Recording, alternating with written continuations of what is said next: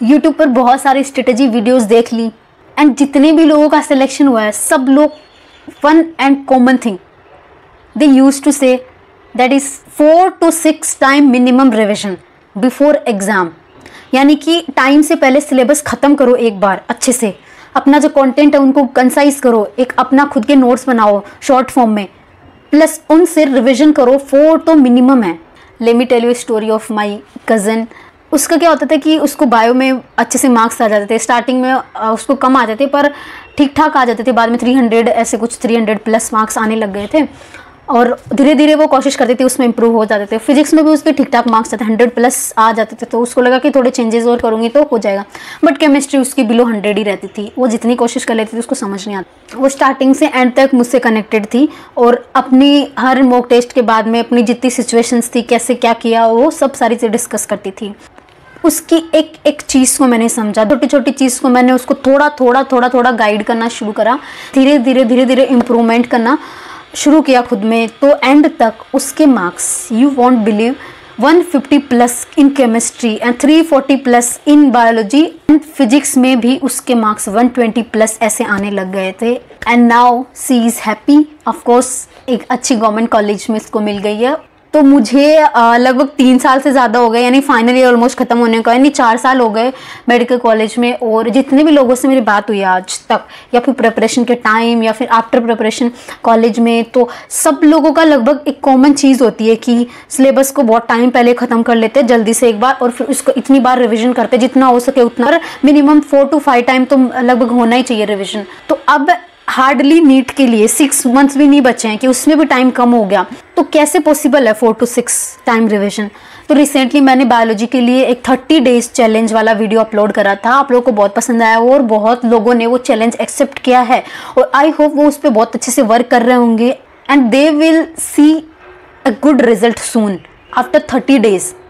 And वापस आकर मुझे कमेंट में ज़रूर बताना उसके लिए। सेम उसी वे में मैंने अपना सारा एक्सपीरियंस, जितने भी डाउट्स, जितनी भी चीज़ें मैंने अभी तक देखी हैं, सब मैंने एक साइड में रख के और सारी चीज़ें सोच के केमिस्ट्री के लिए भी आप लोगों के लिए लेकर आए। Just give me 60 days. अगर मैं बोलूँ आप लोगों को कि तुम लोग अगर 3 मंथ्स में अपना सिलेबस खत्म कर लेते हो पूरा, नियरली 3.5 और लगभग 3 मंथ्स तुम्हें रिविजन के लिए मिल जाते हैं, तब तो बोलोगे ना कि तुम 4 to 6 टाइम रिविजन कर सकते हो। तो just give me 60 days to complete whole chemistry and I am considering you are at 0 level. कुछ नहीं आता कोई बात नहीं, अभी तक किया है बहुत अच्छी बात है, नहीं किया तो भी, तो ये स्ट्रेटजी तुम्हारे लिए काफ़ी हेल्पफुल होने वाली है। अब केमिस्ट्री में कैसे 160 प्लस स्कोर किया जाए, और मैं पहले ही बता देती हूँ, तुम लोग स्टार्टिंग में अगर डाउट करने लगोगे ना कि मेरा बैकलॉग रह जाता है, मैं कोचिंग जाता हूँ, मैं वो करता हूँ वो करती हूँ, तो ये चीज़ कैसे पॉसिबल है, वो चीज़ कैसे पॉसिबल है, मैं पहले ही बता देती हूँ। वीडियो को पूरा एंड में देखना, तुम्हारे जितने भी ये डाउट्स हैं ना सारे क्लियर हो जाएंगे। अब पूरा वीडियो देखने के बाद अगर कोई डाउट बचता है तो मुझे कॉमेंट में बताना, मैं वो सॉल्व करूँगी।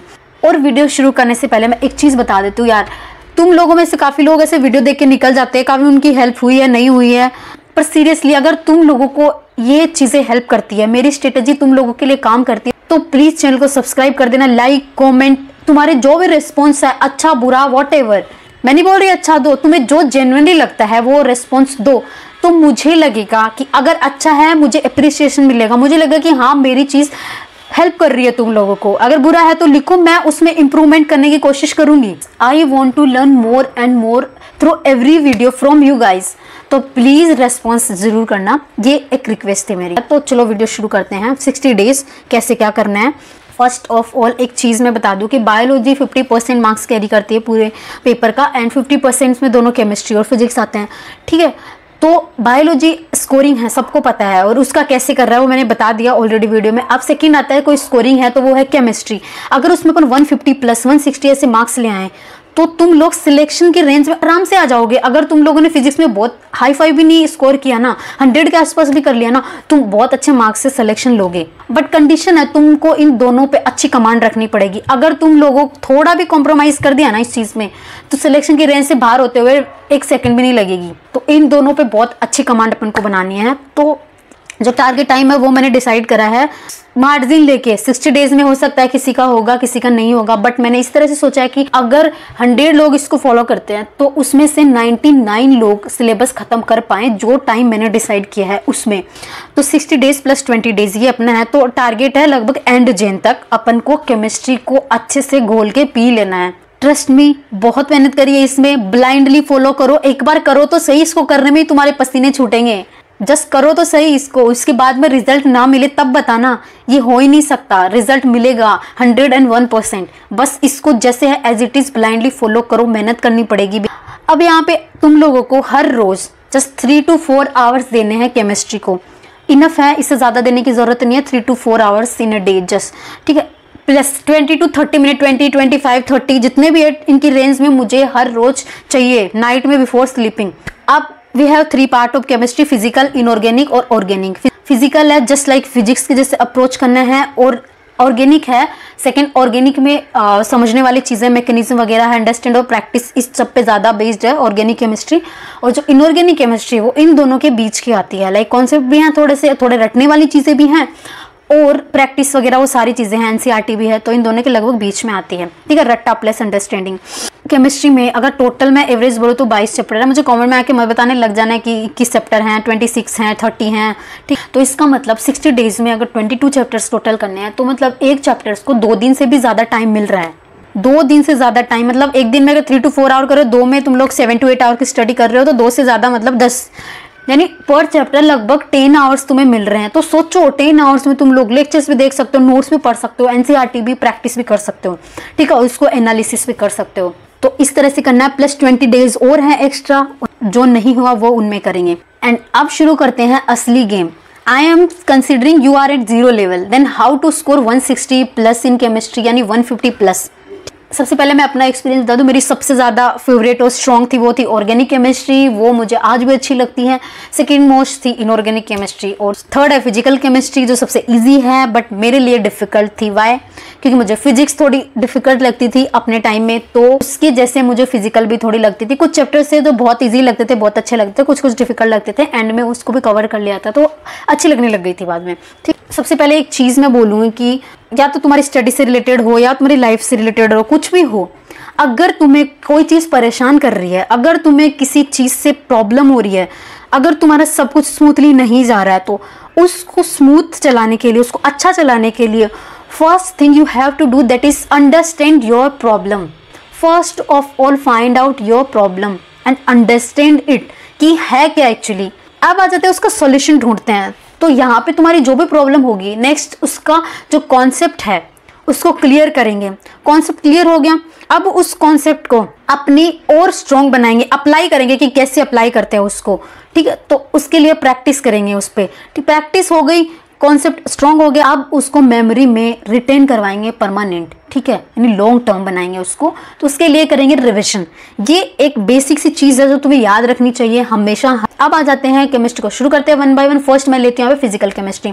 फिजिकल केमिस्ट्री में लगभग 10 to 12 चैप्टर्स हैं, ठीक है। तो क्या करना है, सबसे पहले तुमने जो चैप्टर डिसाइड कर लिया, मान लो जो भी चैप्टर तुम्हें करना है उसके तुम्हें लेक्चर देखना है। अब लेक्चर डिटेल्ड होते हैं कि 6 to 7 पार्ट में डिसाइड होता है, 2 to 3 आवर्स का एक लेक्चर होता है, वो नहीं देखने तुम्हें। अगर पहले देख लिए तो बहुत अच्छी बात है। अभी के लिए इतना टाइम है कि तुम लोग जो लॉन्ग वन शॉट होता है ना, यानी 2 आवर्स का, 3 आवर्स का, उसमें पूरा चैप्टर करवा देते हैं, वो देखने हैं। और टीचर वो लेने जिनसे तुम्हारी फ्रीक्वेंसी मैच होती है, जिनको पढ़ के तुम्हें समझ में आता है, तुम्हारे क्वेश्चंस हो रहे हैं, आंसर आ रहे हैं, वही तुम्हारे लिए बेस्ट टीचर है। सबके लिए अलग अलग होते हैं, किसी का कॉपी मत करना, बस ट्राई करना कि तुम्हें जिससे समझ में आया उनसे तुम पढ़ो, ठीक है। नेक्स्ट पढ़ने के बाद में जो लेक्चर्स के नोट्स होते हैं उनको पढ़ो। यहाँ पे नोट्स मेन चीज़ है, क्योंकि नोट्स पढ़ के तुम लोग क्वेश्चंस कर सकते हो फिजिकल में, ठीक है। बाकी तुम्हें कुछ भी करने की जरूरत नहीं है। नोट्स अगर पढ़ लिए ना तो तुम्हारे क्वेश्चंस अच्छे से हो जाते हैं। यहाँ पे मेन नोट्स आता है।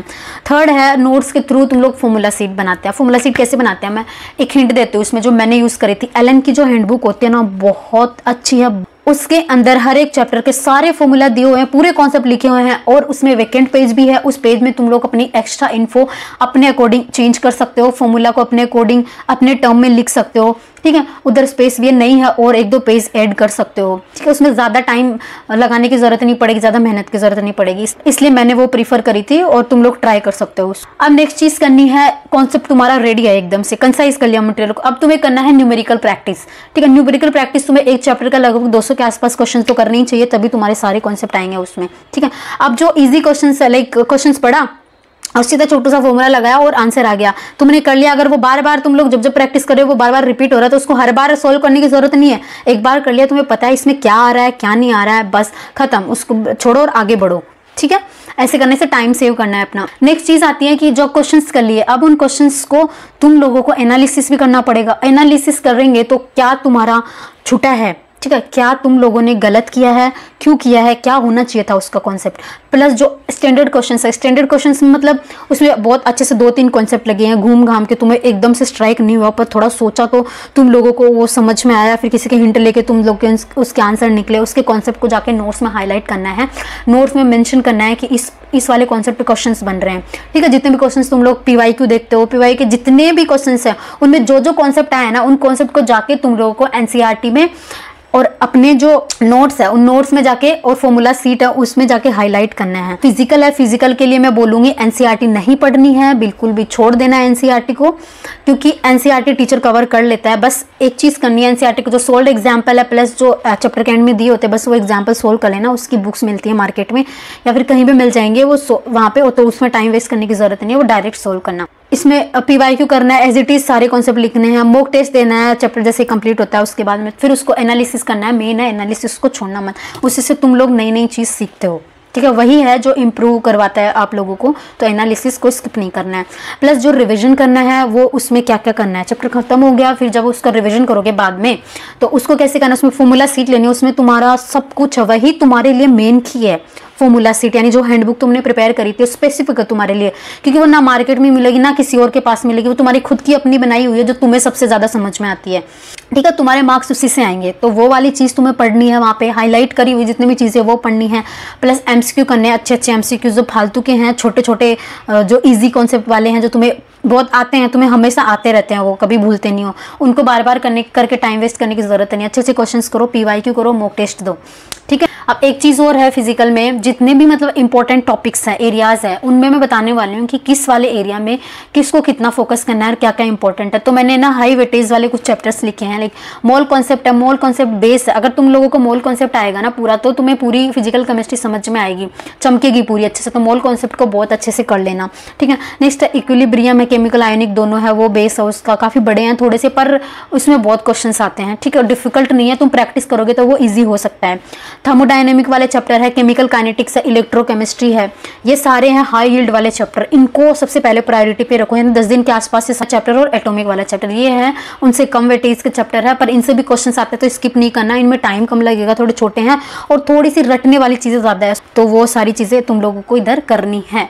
तो ये सारे टॉपिक्स हैं जिन पे कितना क्या फोकस करना है। और एक बात और, इलेक्ट्रोकेमिस्ट्री में उसमें जो ECS वाला जो सीरीज़ है ना पूरी इलेक्ट्रोकेमिकल सीरीज़, उसमें जितने भी एलिमेंट्स उनकी न्यूमोनिक मिल जाएगी, तुम्हें इंटरनेट पे मिल जाएगी, बहुत लोग बताते हैं। वो न्यूमोनिक लेना, उस न्यूमोनिक से पूरे जो एलिमेंट्स हैं उनको याद करना कि उनका किसका रिडक्शन पोटेंशियल कितना है, तो किसका ऑक्सीडेशन कम है ज़्यादा, कौन किसको रिप्लेस करेगा रिएक्शन में। ठीक है, वो तुम्हें अगर अच्छे से आता है ना, तो फिजिकल केमिस्ट्री के इलेक्ट्रोकेमिस्ट्री के सवाल तुम लोगों के कहीं भी नहीं जाने वाले, तुम लोग इजीली बन जाएंगे। प्लस जितने भी सेल वगैरह है इलेक्ट्रोकेमिस्ट्री में 3-4 हैं, बस वो याद करना है। कुछ अपोजिट वाले भी है तो उनको कंपेयर करके याद कर लेना।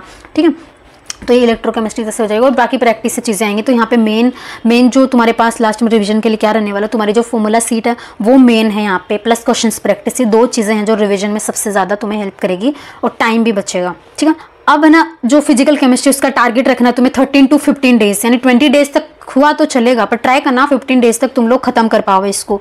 यानी अब तुमने फिजिकल केमिस्ट्री खत्म कर लिया, 40 to 45 मार्क्स सिक्योर हो गए केमिस्ट्री के। ठीक है, इतना करने के बाद में, और अब भी तुम्हारा कोई बैकलॉग रह जाता है तो उस बैकलॉग को तुम लोग को चैप्टर खत्म होने के बाद कर सकते हो या फिर केमिस्ट्री खत्म होने के एंड में कर सकते हो, टाइम है। अब नेक्स्ट केमिस्ट्री पे आते हैं इनऑर्गेनिक केमिस्ट्री। दोनों केमिस्ट्री कंबाइंड चीज़ें इसके अंदर आती है। तो कैसे क्या करना है, जो तुमने कोई चैप्टर डिसाइड किया कि तुम्हें जो चैप्टर करना है, जो भी करना है, उसके लेक्चर्स देखना है, वन शॉट देखना है, बहुत बड़े वाले नहीं देखने, इतना टाइम नहीं है। जो 2 to 3 आवर्स तक का लॉन्ग वन शॉट होता है वो तुम लोग यहाँ पे देख सकते हो। प्लस उसके जो नोट्स होते हैं उनको पढ़ो लेक्चर के टाइम। नोट्स पढ़ लिया, अब तुम्हें एनसीईआरटी समझ में आएगी। अगर तुमने बिना इसके एनसीईआरटी पे गए ना तो तुम्हें ऐसे लगेगा कि कौन सी लाइन है, सब एक स्टोरी जैसी लग रही है, कहाँ पे क्वेश्चन बनेगा कहाँ पे नहीं बनेगा, तुम्हें कुछ समझ में नहीं आएगा। अगर तुमने लेक्चर्स और नोट्स पढ़े ना तो तुम्हें एनसीईआरटी की वो लाइन अच्छे से समझ में आएगी और तुम्हें ये पता लगेगा कि उस लाइन में से क्वेश्चन बनता है कि नहीं बनता है। ठीक है, तो वहाँ पे जाके एनसीईआरटी को तुम लोग हाईलाइट करोगे, underline, star mark, what ever जो तुम्हें अच्छा लगे वो करना वहाँ पे। बस वहाँ पे कंटेंट को कंसाइज करने की कोशिश करना ताकि एंड टाइम में तुम एनसीईआरटी में 4 घंटे ना दो, सिर्फ आधे घंटे में तुम्हारी एनसीईआरटी एक चैप्टर फिनिश कर पाओ रिवाइज करके। इस तरह से उस कंटेंट को कंसाइज करना है कि यही टाइम है उसको कंसाइज करने का। इससे पहले का भी काम नहीं आएगा, ज़्यादा है बहुत, और अभी जो करोगे ना वही काम आएगा तुम्हें एग्जाम टाइम में। प्लस एक टिप देती हूँ, तुम लोग एक अपना ही एक ऐसे डिसाइड करना कि 1 आवर मैंने टाइमर लगाया। टाइमर लगाना, बिना टाइमर के मत करने बैठना, शाम तक भी खत्म नहीं होगा। 1 आवर टाइमर लगाया तो डिसाइड करना इस 1 आवर में मेरे को 6 पेजेस करने हैं एनसीईआरटी के इनऑर्गेनिक के। नोट्स वगैरह देख लिए, लेक्चर देख लिए, अब 6 पेजेस तुम लोग करोगे उसी स्पीड से। अगर तुम लोगों को उस मोटिवेशन से चलोगे ना तुम लोग तो आराम से होगा। फिर इसके बाद लेना 10 मिनट्स एक्स्ट्रा, उसमें तुम लोग क्विकली सारा देखोगे कि यानी ये वाला टॉपिक है इसमें ये लिखा हुआ था, ये वाला टॉपिक है इसमें ये लिखा हुआ था, उसका ऐसा था, ये वाले टॉपिक में सर ने ये बोला था, ये वाली चीज़ ज़्यादा इंपॉर्टेंट है। इस तरह से क्विकली उस 10 मिनट में पूरे 6 पेजेस को देख लेना है। ठीक है, ऐसे तुम लोग को एनसीईआरटी रीड करनी है। प्लस अब तुम्हें करने हैं एमसीक्यू प्रैक्टिस करने हैं, पीवाईक्यू पे प्रैक्टिस करने हैं, उनको एनालिसिस करना है, और जो भी वहाँ से कॉन्सेप्ट तुम्हें मिलता है पीवाईक्यू का, उस कॉन्सेप्ट को वही सेम नोट्स में जाके तुम्हें लिखना है वहाँ पे कि ये पे पीवाईक्यू आया हुआ है, स्टार कर लेना है उस चीज़ को, और उसको पढ़ते टाइम हमेशा रिमाइंड करना है कि ये वाला क्वेश्चन आया था। इनफैक्ट तुम्हें कॉन्सेप्ट देख के रिवीजन के टाइम तुम्हें समझ में आ जाएगी कि इसको मैंने स्टार मार्क क्यों किया, इसको डबल क्यों किया, इसको ट्रिपल क्यों किया है, क्योंकि ये वाला क्वेश्चन ऐसे ऐसे सॉल्व किया था मैंने। रिवीजन के टाइम तुम्हारे पास में 2 चीज़ रहनी चाहिए, एनसीईआरटी जिसमें तुमने इतना सारी चीज़ें ऐसे कंसाइज करी, अपना सब कुछ लिखा है, प्लस जो हैंडबुक तुमने करी थी, जो फॉर्मूला वगैरह है वो क्विकली देखने के लिए काम में आएगी। तो ये 2 चीज़ें तुम्हें रिवीजन के टाइम यूज़ करनी है, प्लस सीधा जाके क्वेश्चन प्रैक्टिस करना है। ये तुम्हारा रिवीजन का रहने वाला है। अब इनऑर्गेनिक केमिस्ट्री के जो कुछ चैप्टर्स है उन चैप्टर्स को कैसे करना है उसका मैंने यहाँ पे बताया है। जैसे कि पीरियोडिक टेबल है, केमिकल बॉन्डिंग है, 2 ऐसे चैप्टर्स, 50% केमिस्ट्री तुम्हारे हाथ में आ जाएगी। इनऑर्गेनिक केमिस्ट्री, पीरियोडिक टेबल तो बेस है पूरी इनऑर्गेनिक केमिस्ट्री का। अगर पीरियोडिक नहीं पढ़ी इनऑर्गेनिक में तुम्हें हमेशा दिक्कत रहने वाली है हर एक चैप्टर में। तो इनऑर्गेनिक में जितने भी चैप्टर्स हैं उसको पढ़ने से पहले सबसे पहले पीरियोडिक टेबल को देखना है, उसमें जितने भी एलिमेंट्स सबको याद करो, उनके डेटा जितने भी आगे केमिस्ट्री में यूज़ होने वाले हैं वो सब कुछ तुम्हें माइंड में होना चाहिए। ठीक है, वो सारी चीज़ें पढ़ने के बाद में सबका इलेक्ट्रॉन कॉन्फ़िगरेशन तुम्हें पता होना चाहिए, क्योंकि ये तो तुम्हें अच्छे से काम आता है। हाइब्रिडाइजेशन वगैरह निकालने में, वैलेंसी वगैरह कुछ भी निकालोगे ना तो सीधा इलेक्ट्रॉन कॉन्फ़िगरेशन काम में आएगा। ठीक है, कौन सा एलिमेंट कौन से ब्लॉक से बिलोंग करता है और उस ब्लॉक में कैसे फिलिंग करते हैं। ठीक है, तो वो सारी चीज़ें तुम्हें यहाँ पे पीरियोडिक टेबल में सीखनी है सब कुछ। देन आ जाते हैं केमिकल बॉन्डिंग। केमिकल बॉन्डिंग सबसे इजी है, ट्रस्ट मी, इजी है बहुत, और बहुत ज़्यादा स्कोरिंग है। अगर तुम लोगों को डायरेक्ट क्वेश्चन नहीं मिला ना केमिकल बॉन्डिंग से तो ये मत बोलना कि क्वेश्चन नहीं आए केमिकल बॉन्डिंग से, क्योंकि अगर तुम्हें केमिकल बॉन्डिंग आई है ना तभी तुम बाकी के ब्लॉक के क्वेश्चंस और वो सब कर पाओगे। चैप्टर थे केमिकल बॉन्डिंग और कोऑर्डिनेशन कंपाउंड, ये 2 चैप्टर्स मेरे फेवरेट थे इसमें, तो इस पे सबसे ज़्यादा फोकस करना है, तुम्हें सारी चीज़ें याद करनी है। प्लस जितने भी एक्सेप्शन तुम्हें केमिकल बॉन्डिंग में, वो जो हैंडबुक है उसमें बहुत सारे एक्सेप्शन है, पूरे लिखे हुए हैं, असेंडिंग डिसेंडिंग ऑर्डर वगैरह सब कुछ लिखा हुआ है। उसको वहाँ पे तुम लोगों को सबको याद करना है 1 by 1 हर एक ब्लॉक वाइज। ठीक है, अब तुमने ना 50% ब्लॉक की चीज़ें इसमें याद हो जाती है केमिकल बॉन्डिंग में। अब जो ब्लॉक की जो स्पेसिफिक चीज़ें हैं, यूनिक, यानी हर एक ब्लॉक की जो अपनी यूनिक चीज़ें हैं, ठीक है, पी ब्लॉक की, डी ब्लॉक की, ठीक है, जितनी भी यूनिक है उन सबको तुमको ब्लॉक वाइज पढ़ना है। अब ब्लॉक वाइज चीज़ें पढ़ोगे, वहाँ पे सारी चीज़ों को अच्छे से वही फॉर्मूला सीट में लिखोगे, नोट्स और लेक्चर्स के थ्रू समझोगे चीज़ों को, और एनसीईआरटी में चीज़ों को हाईलाइट करोगे। अब नेक्स्ट है कोऑर्डिनेशन कंपाउंड। ये मेरा सबसे ज़्यादा फेवरेट टॉपिक था इनऑर्गेनिक केमिस्ट्री में। ठीक है, तो इसको कैसे करना है, इसमें सबसे पहले डी ब्लॉक पढ़ना है। डी ब्लॉक की सारी आइडेंटिटी अगर तुम्हें आ गई ना सारी चीज़ें, तो कोऑर्डिनेशन कंपाउंड तुम्हें चुटकियों में आज समझ में आ जाएगा कि कोऑर्डिनेशन कंपाउंड में सारे डी ब्लॉक ही तो दिया हुआ है, उससे रिलेटेड सारी चीज़ें आती है। तो इन दोनों को साथ में पढ़ना है। सबसे इजी है, इसमें जो कॉन्सेप्ट है वो समझने की जरूरत है। इसमें 3-4 चीजें हैं जो तुम्हें याद रखनी है, लाइक वैलेंसी वगैरह समझने की जरूरत है। जितने भी लीजेंड्स हैं उनको याद करना है और उनकी कितनी वैलेंसी होती है वो याद करना है। प्लस डी ब्लॉक में इलेक्ट्रॉन कॉन्फिगरेशन कैसा कैसा होता है हर एक एलिमेंट का और उसको कैसे फिल करते हैं, प्लस उसमें जो हाइब्रिडाइजेशन है वो कैसे निकालते हैं, ठीक है। तो वो सारी चीज़ें तुम्हें यहाँ पे पता होनी चाहिए। बस इसके अलावा कुछ भी याद करने की जरूरत नहीं है, सब कुछ ब्लाइंडली कॉन्सेप्ट लगाओ और आ जाएगा वहाँ पे आंसर। इतना इजी है ये टॉपिक सच में, और इससे क्वेश्चंस भी बहुत ज़्यादा आते हैं, हाई वेटेज वाला है ये टॉपिक। तो इसको इस तरह से अप्रोच करना है विद डी ब्लॉक, ठीक है। अब आ जाते हैं पी ब्लॉक पे। पी ब्लॉक थोड़ा रटने वाली चीज़ें इस पर ज़्यादा है और थोड़ा सा बड़ा भी है, लेंथी भी है। तो कुछ चीज़ें हैं जो पीरियोडिक टेबल के साथ तुम्हें समझ में आ जाएंगी, कुछ चीज़ें हैं जो इसकी ब्लॉक की खुद की यूनिक है वो तुम्हें याद करनी है। तो ट्राई करना है कि क्वेश्चंस के फॉर्म में तुम लोग पी ब्लॉक को खत्म करो। जैसे कि सपोज तुम लोग क्वेश्चन कर रहे हो, जो तुम्हें H2SO4 से रिलेटेड क्वेश्चन मिला।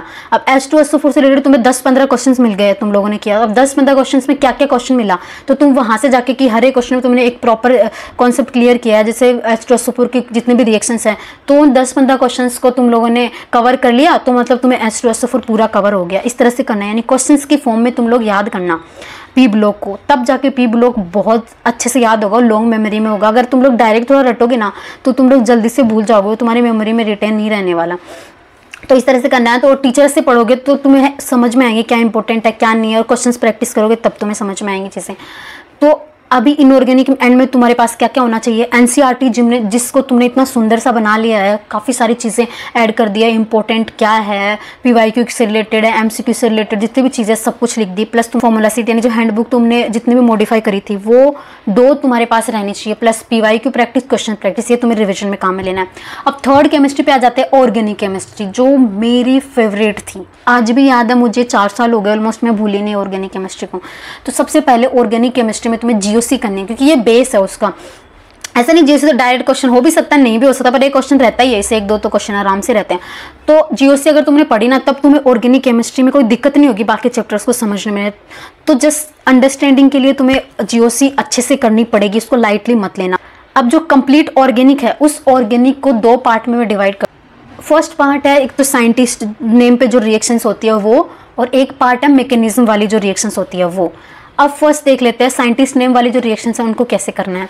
अब जितने भी साइंटिस्ट के नेम पे रिएक्शन होती है, यानी 12th में तो बहुत ही ज़्यादा है, एल्कोहल, फिनोल ईथर वाली, एल्डिहाइड, कीटोन और एसिड वाला जो चैप्टर है उसमें बहुत ज़्यादा मिलेंगी तुम्हें उनके साइंटिस्ट के नेम पे। तो वहाँ पे जो फॉर्मूला सीट है, यानी जो हैंडबुक है एलन की हैंडबुक, उसमें सब कुछ लिखा हुआ है, कुछ भी लिखने की ज़रूरत नहीं है। उसमें जितना भी मॉडिफिकेशन करना है ना अपने वर्ड्स में, वो वहीं पर कर सकते हैं पूरा, और उसमें सारी चीज़ें लिखी हुई है, कुछ भी स्किप नहीं करा हुआ।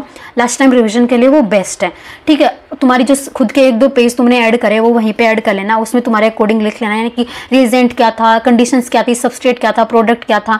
तुम्हें अगर बोले कि कैनिज़ारो रिएक्शन क्या था, तुम्हें इमीडिएटली क्लिक होना चाहिए कि हाँ इस चीज़ से ये बन रहा था, इसकी प्रेजेंस में बन रहा था। बस 3 चीज़, किससे क्या बन रहा था और किसकी प्रेजेंस में बन रहा था, ठीक है। और किसी साइंटिस्ट के नाम पे रिएजेंट है तो कि जैसे कि सिर्फ रिएजेंट है, तुम्हें याद होना चाहिए कि सिर्फ रिएजेंट मतलब इसको बोलते सिर्फ रिएजेंट, और ये कहाँ काम में आ रहा था, इस सिर्फ रिएजेंट को यूज़ करके ये वाली रिएक्शन कंप्लीट हो रही, ठीक है। ऐसे मेंशन करना है। प्लस जो एनसीईआरटी है उसको साथ में रीड करना है। उस एनसीईआरटी में वो सारी चीज़ें जितना भी कुछ है तुम्हें इधर उधर से मिला है, सब चीज़ों को वहाँ पे मॉडिफाई कर लेना है, हाईलाइट मार्क कर लेना है। और यहाँ पे क्या होता है कि सीधा क्वेश्चन पूछते हैं, 3-4 स्टेप में रिएक्शन दी होती है, किसी एक को स्किप कर देते हैं, फिर उसके बाद में पूछते हैं कि ये क्या हुआ। जैसे कि ए है, ए से कुछ बन रहा है, हमें नहीं पता क्या बन रहा है, किसी एक्स की प्रेजेंस में बन रहा है, टेम्परेचर वगैरह दिया है। नेक्स्ट है किसी अननोन है, उससे बी बन रहा है, ठीक है, किसी वाई की प्रेजेंस में बन रहा है। लेकिन अब वापस ए से जो सी बन रहा है स्मॉल ए की प्रेजेंस में बन रहा है, सी से जो अननोन था वो बन रहा है। अब सी से वापस बी बन रहा है, कैपिटल बी, किसी स्मॉल बी की प्रेजेंस में। तो अब वो अननोन जो चीज़ है ना वो क्या है, अब इन सारी चीज़ों से अपन को पता लगे। ये एक फ्लो चार्ट जैसी फॉर्म में दी हुई होती है। ऐसे रिएक्शंस आती है डायरेक्ट एग्जाम में, कुछ भी स्किप कर देते हैं, ठीक है। या फिर पूरी रिएक्शन दे देते हैं, रीजेंट भी दे देते हैं, पूछ लेते हैं ये वाली रिएक्शन है, ये क्या नाम है इसका, तो ऑप्शंस में साइंटिस्ट का नेम होता है, तो हमें वहाँ से सेलेक्ट करना। नेक्स्ट पार्ट आ जाता है मैकेनिज्म, जो रिएक्शंस होती है वो वाला पार्ट। जैसे इलेक्ट्रोफिलिक है, न्यूक्लियोफिलिक है, सब्स्टिट्यूशन रिएक्शन है, उसमें क्या करना है, उसमें जो मैकेनिज्म है टीचर्स को अच्छे से सुनना है, उसको समझना है, उसमें क्या कॉन्सेप्ट अप्लाई हो रहा है, ठीक है। उसको समझने के बाद क्या करना है, जो लेक्चर्स देख लिया, नोट्स है, उन नोट्स से फटाफट से रीडिंग लगा ली। अब आ जाते हैं क्वेश्चंस प्रैक्टिस पे। ठीक है। एनसीईआरटी देख ली, नोट्स और उस सबको अच्छे से देख लिया, क्वेश्चन प्रैक्टिस करनी है। अब क्वेश्चन प्रैक्टिस में जैसे कि दिया हुआ होता है कंपाउंड है, कोई कंपाउंड में जैसे कार्बन कार्बन कार्बन है, किसी के बीच में डबल बॉन्ड है, किसी के बीच में ट्रिपल, किसी के बीच में सिंगल है, और उस दोनों की इनकी वैलेंसी किसी ग्रुप से है, किसी एच से है, ठीक है। अब एक रिएक्शन है, रिएक्शन के एरो पे तुम्हें कुछ ABC लिखा हुआ है, कुछ कंडीशंस लिखी हुई है, तुम्हें पूछ रहे प्रोडक्ट क्या बनेगा। अब तुम्हें उस जो सबस्ट्रेट है उसको देख के तुम्हें समझ में आना चाहिए कि ये वाला जो कंपाउंड है, उस कंपाउंड में और जो एरो पे जो लिखा हुआ है उससे क्या बनेगा। उस एरो से पर जो लिखा हुआ है उससे तुम्हें काफ़ी सारी चीज़ें हेल्प मिलेगी। ये वाली चीज़ से वो वाली रिएक्शन में काम आ रही थी ये चीज़ें, तो उसमें ये वाली चीज़ से कुछ ये बन रहा था, तो इमीडिएटली तुम्हें समझ में आना चाहिए वहाँ पे कि कौन सा ग्रुप यहाँ पे एलिमिनेट हो रहा था, कौन सा ग्रुप ऐड हो रहा था, कहाँ पर ऐड हो रहा था, कौन सा बॉन्ड ब्रेक हो रहा था, इलेक्ट्रॉन किधर से किधर जा रहे थे, प्लस कहाँ आ रहा था, माइनस कहाँ आ रहा था, प्लस पे माइनस जुड़ेगा, और वो जो एरो पे दिया हुआ है उस वाले ABC में से माइनस आके किधर जोड़ने वाला है। वो जितनी भी चीज़ें होती है वो इमीडिएटली तुम्हें क्लिक होनी चाहिए क्वेश्चंस में, इस तरह से उसको समझना है। ये क्लिक हुई क्वेश्चंस पे तब तुम्हें समझ में आएगा कि उसकी मैकेनिज्म कैसे कैसे थी, तब तुम्हें वो चीज़ें फाइनली याद होंगी। जस्ट पढ़ के तुम्हें वो चीज़ें ज़्यादा याद नहीं होंगी, जस्ट प्रैक्टिस करके याद होंगी चीज़ें। अब कुछ चीज़ें हैं इसके अंदर जैसे एक्सेप्शंस वगैरह, जैसे नॉर्मली तुम लोग जैसा करते आ रहे हो वैसा करते रहते हो, पर कुछ क्वेश्चंस ऐसे दे देते हैं उसमें जो नॉर्मली जो प्रोडक्ट बनता है उस तरह नहीं बनता। रीजन दे देते हैं यहाँ पे ब्रीज कार्बोकेटाइन है, यहाँ पे हिंड्रेंस ज़्यादा है, तो ये वाली जो था ना, ये साइक्लिक जो चेन थी ये खुल गई वापस, ठीक है, ओपन चेन बन गई क्योंकि ब्रीज कार्बोकेटाइन था, क्योंकि ये था वो था। तो ऐसे ऐसे कुछ प्रोडक्ट बनते हैं, तो उनको अपनी जो फॉर्मूला सीट है हैंडबुक उसमें लिख लेना है कि ये वाले जो रिएक्शंस हैं, इस रिएक्शन में अगर ब्रीज कार्बोकेटाइन वाला सबस्ट्रेट अगर दिया ना इस पे ग्रुप लगा के, तो इसमें जो नॉर्मली जो यहाँ पे जो ऐड हो रहा था वो नहीं होगा, बल्कि ये ऐसे बनेगा इसमें प्रोडक्ट। वो चीज़ें कुछ एक्सेप्शंस हैं वो वहाँ पे ऐड कर लेने हैं अपनी फॉर्मूला सीट में, ये सारी चीज़ें। प्लस तो आप फ्लो क्या रहना, लेक्चर देखो, उसको अंडरस्टैंड करो, नोट्स वगैरह को, क्वेश्चंस प्रैक्टिस करो, साथ में एनसीईआरटी रीड करो, उसमें कंसाइज करो मटेरियल को, कॉन्सेप्ट को समझने पे यहाँ पे ज़्यादा फोकस करना, प्लस प्रैक्टिस। तो अब रिवीजन के टाइम तुम्हारे पास क्या क्या रहने वाला है, एनसीईआरटी जिसमें तुमने चेंजेस किए, प्लस तुम्हारे जो फॉर्मूला सीट्स हैं यानी हैंडबुक वो रहने वाली है, उसको पढ़ो, डायरेक्ट सीधा जाके क्वेश्चन प्रैक्टिस करो। और अब एक लास्ट में टिप देने वाली ऑर्गेनिक के लिए, तुम लोग जब भी रिवीजन करो ना तो फ्लो चार्ट के फॉर्म में रिवीजन करना है। यानी तुमने सपोज 3 चैप्टर के एल्कोहल फिनोल ईथर करे, उसके तुमने फटाफट से एनसीईआरटी पढ़ ली, तुम्हारे जो हैंडबुक था वो पढ़ लिया, अब तुम्हें इसे प्रैक्टिस से फ्लो चार्ट की फॉर्म में करना है। यानी जो नेटवर्क की जैसे चीज़ें दी हुई होती है ना, किससे क्या बन रहा है, किससे कुछ बन रहा है, फिर वो वापस जाके उसमें बन गया, ऐसे दिया हुआ है जाल जैसा पूरा, उस फ्लो चार्ट को अगर तुमने सॉल्व कर लिया ना, लगभग 50 सॉल्व कर लिया ना, तुमने पूरी ऑर्गेनिक के लिए, तुम्हारी पूरी ऑर्गेनिक सच बता रही हूँ टिप्स पे हो जाएगी। अगर तुमने हर एक टाइप की रिएक्शंस में भी अगर 10 के आसपास चार्ट सोल्व कर दे, मैकेनिज्म वाले रिएक्शन तुमने 10-20 चार्ट सोल्व कर लिए, नेम रिएक्शन में तुमने 10-20 चार्ट सोल्व कर लिए, ठीक है, तो उसमें तुम्हारी पूरी केमिस्ट्री हाथ में आ जाती है। ये सारी चीज़ें करनी है और एलन की हैंडबुक में बहुत अच्छे से दी हुई है ये चीज़ें, तुम जाकर देख सकते हो। और नेक्स्ट अब एक लास्ट चीज़ है जो करनी है, तुम्हें मॉक टेस्ट कैसे कैसे देना है। जैसे तुम्हारा चैप्टर खत्म होता है एक मॉक टेस्ट देना है, जैसे तुम्हारी एक सिंगल केमिस्ट्री का एक पार्ट खत्म होता है तुम्हें टेस्ट देना है, और तुम्हारी फुल केमिस्ट्री खत्म होती है तीनों, तब तुम्हें एक टेस्ट देना है, ठीक है, फुल टेस्ट। ऐसे ऐसे तुम्हें टेस्ट देना है, उसको एनालिसिस करना है, क्योंकि एनालिसिस मेन स्टेप है यहाँ पे, ठीक है। उससे तुम्हें समझ में आएगा कि तुमने क्या मिस किया है, क्या तुम्हें ज़्यादा फोकस करने की ज़रूरत है, ठीक है। ये सारी चीज़ें थी। अब आ जाते हैं लास्ट जो 20 to 30 मिनट्स तुम लोगों से मैंने मांगी थी एवरी डे बिफोर स्लीपिंग, उनका क्या करना है। अब तुमने पूरे दिन में केमिस्ट्री में जो पढ़ा उसको तुम्हें क्विकली रिवाइज करना है 20-30 मिनट्स में। कैसे, जैसे तुमने ये चैप्टर पढ़ा, उस चैप्टर में क्या क्या था, एनसीईआरटी में यहाँ पे क्या क्या दिया था, फटाफट से, जैसे कि ये वाले टॉपिक में दिमाग में क्लिक हुआ ये वाली चीज़ थी, नेक्स्ट टॉपिक इसमें ये वाली चीज़ थी, बस दिमाग में रिकॉल करना है। अब तुमने 60 डेज में कंप्लीट केमिस्ट्री कर ली है, मैं मान रही हूँ कि तुमने कर ली, फिर भी चीज़ें रह जाती है, तो अब आर्ट है 20 डेज। अब उन 20 डेज में तुम्हें ख़त्म करना है पूरा अपना बैकलॉग बचा हुआ, तुम्हारे क्वेश्चंस प्रैक्टिस बची है तो वो ख़त्म करनी है, तुम्हारी जो फुल टेस्ट वगैरह बाकी हैं वो देने हैं वहाँ पे, और जो भी चीज़ें तुम्हें एक्स्ट्रा अपनी ऐड करनी है फॉर्मूला सीट में वो तुम वहाँ पे ऐड कर सकते हो। प्लस अपनी मेक ए 1 कॉपी, अपनी एक कॉपी बना लेना हर एक चीज़ की, कि क्या क्या तुम्हारा वीक है, क्या मिस हुआ है, तुम्हें रिवीजन के टाइम किस चीज़ पे ज़्यादा फोकस करने की ज़रूरत है। एक छोटी मिनी डायरी में वो सारी चीज़ें लिख लेनी है, ठीक है। अब जैन एंड तक तुम्हारा सिलेबस ख़त्म हो चुका है, ठीक है। 20 डेज एक्स्ट्रा भी दे दिए, अब कुछ नहीं बचा, सब कुछ अच्छे से हो गया। फेब आते हैं, फेब में तुम्हारा रिवीजन होना चाहिए कंप्लीट केमिस्ट्री का फर्स्ट, ठीक है। फुल सिलेबस टेस्ट तुम्हें पहले से शुरू कर देने हैं, पर फेब में फर्स्ट रिवीजन होगा केमिस्ट्री का, फुल सिलेबस टेस्ट देंगे, यानी फिजिक्स केमिस्ट्री बायो का कंबाइंड टेस्ट देंगे, ठीक है। भले ही तुम्हारा नहीं होगा सिलेबस खत्म, कि जैसे फेब के स्टार्टिंग में तुम पूरा रिवीजन नहीं कर पाओगे ना केमिस्ट्री का, नहीं होंगे, पर स्टिल तुम्हें फुल सिलेबस के टेस्ट देने हैं। उससे तुम्हें समझ में आएगा कि कौन से वाले एरिया पे तुम्हें अभी और ज़्यादा फोकस करने की ज़रूरत है, वीक क्या है तुम्हारा, क्या तुम भूले जा रहे हो। ठीक है, मार्च में सेकेंड रिविजन होगा, अप्रैल में थर्ड रिविजन होगा, और क्विक रिविजन एग्जाम से जस्ट पहले 2 दिन में पूरी केमिस्ट्री। ऐसे करके तुम्हारे 4 रिविजन आराम से हो जाते हैं अगर तुमने इस स्ट्रेटजी को 0 से अच्छे से फॉलो किया है तो। ठीक है, without skipping a single day अगर तुमने ये किया है ना तो आप बहुत अच्छा करोगे केमिस्ट्री में, जस्ट ट्रस्ट मी। तो now you are ready to go. और यार इस वीडियो से मैं लिख के दे सकती हूँ कि काफ़ी सारा क्लू मिला है तुम्हें, काफ़ी सारी चीज़ें तुम्हें सरफेस पे आई है कि हाँ ऐसा ऐसा करना है। तो प्लीज़ चैनल को सब्सक्राइब कर देना, और वीडियो को यहाँ तक देखने के लिए बहुत बहुत शुक्रिया। And just keep studying. All the best, bye bye.